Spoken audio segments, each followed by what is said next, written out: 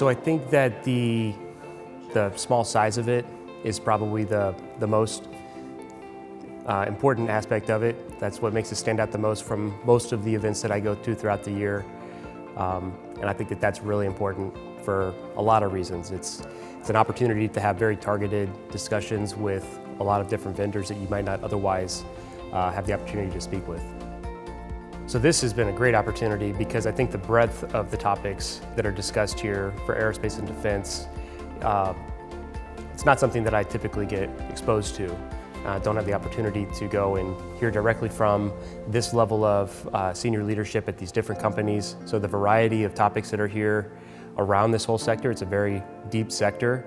And so getting to understand what some of the adjacent areas to what I do day to day, what we do day to day at Raytheon, has been very illuminating for me.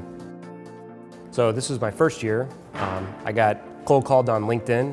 I looked at the lineup, I looked at the agenda, kind of the nature of what this was, and it seemed very different from what I typically attend. And so I took a flyer, frankly, and I've been very impressed. I think they have been met. I think it's been exceeded. So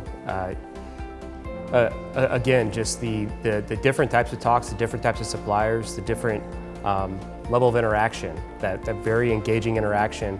Typically I'll go to a conference that has several hundred, few thousand people at it. It's hard to just go around in a coffee break, a networking break, and go find those people. You'll typically go to the 10 people you know that are there with you or that you're friends with already in the industry. So having these very intentional interactions set up, that's a very nice thing. It's very refreshing. Very good, very transparent, immediate action to any questions. So I think, yeah, we had a great experience.